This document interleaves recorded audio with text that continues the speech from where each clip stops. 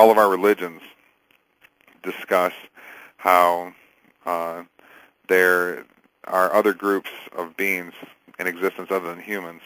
And on past shows, we've discussed how there's really no reason to think that humans are all there is, especially when we've got all these fossils, like the Cro-Magnon man fossil that we discussed, I think 2 weeks ago it was, and also the Conehead skulls. That's one of the most fascinating things we've ever discussed on this show, all over museums in South America and Greece and so forth, and you can't get an anthropologist here in America to even talk about them, amazingly. So you wonder if there's an advanced race, since we have these fossil evidence for groups with larger brains than us. And then if you analyze the way this prison grid system works, it's very masterful how it works. It's a system where humans can be put in slave conditions and tricked into believing that they're free. You have to wonder if humans could have developed this or not. Maybe they could have. It's certainly possible. But the system gets so masterful when you learn about it as much as I have. The group that's running it has deep knowledge of human psychology, more than the typical human even knows about themselves. There's several reasons why that's the case. I won't go into them now. But it's mysterious to think of who exactly is behind all of this prison grid system that we live in. So it's definitely worth discussing more. This just came to my mind. There are a couple different types of big-brained fossil creatures that have been found in the very, very recent past, say the last 30,000 years. Okay, one is called Cro-Magnon. That creature was very human-like, actually had a significantly larger brain than modern humans. Unbelievable information. That's fall down on the floor, amazing information, okay? That trashes everything the evolutionary theory people have been wanting to talk about, okay? Then there's another creature called Neanderthal, which it's believed was quite sophisticated. We've apparently got some decent fossil evidence to show that they had religion, art, cities, some farming, and so forth. And then there's the most interesting creature of all, called a Conehead. Now, these creatures are in museums in South America, Greece, and other places. So don't even sit here and tell me that it's not real. You can go to South America and see these skulls for yourself. Okay? What they are is just like the Saturday Night Live Coneheads. They're just like that. They've got big cone heads, okay?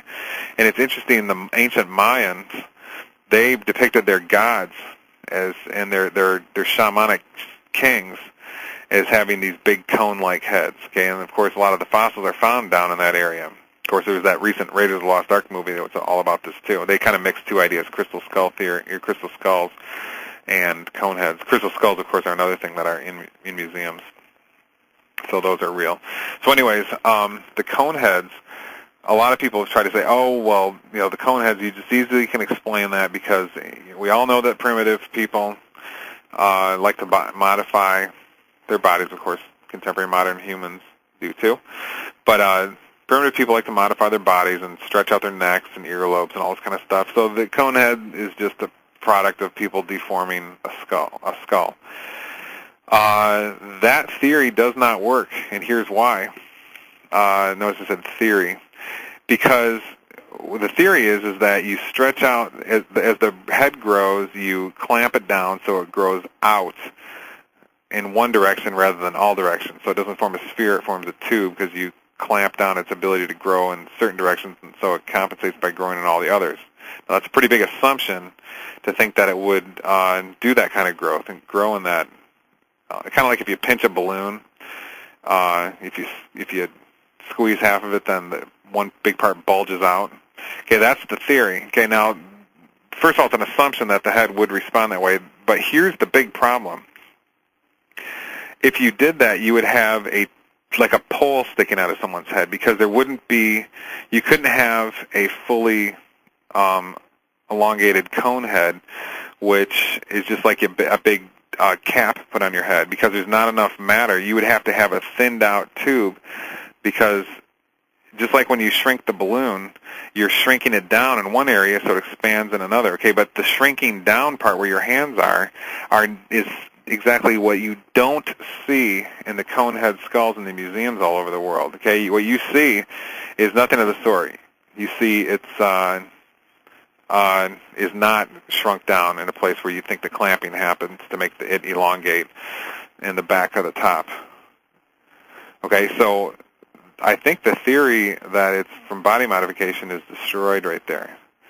If so, what do we have here? We have something, some sort of huge head and presumably ultra-massive brained creature that was all over the world, and apparently some cultures like the Mayan worshiped them in the recent past. This is unbelievable. This is incredible information. Why is it not on all these news stations? I mean, what are the news talking about today? Britney Spears some more? Obama? I mean, this is unbelievable. Okay, who are these creatures? Is this the Elohim? Or some extraterrestrials? Is it another just kind of human that was around? What relation did they have to us? Why were some ancient religions worshiping these people? Were other ancient religions worshiping these people? We have to get to the bottom of this. This information is it's the most powerful information you can. If you want to know who you are, that gives you power. And this is the kind of information that can help you do that, okay? Now, these people had an ultra-massive receptacle, okay? It's huge compared to ours. So what could they see? I mean, look at the autistic, who doesn't even need the big skull to have his brain power, this savant, autistic savant, his brain power magnified so much it just boggles our mind what they can do, okay? So what would someone with a brain twice as large as us be able to do? Answer, things that are so unbelievable we don't even know how to put them into words.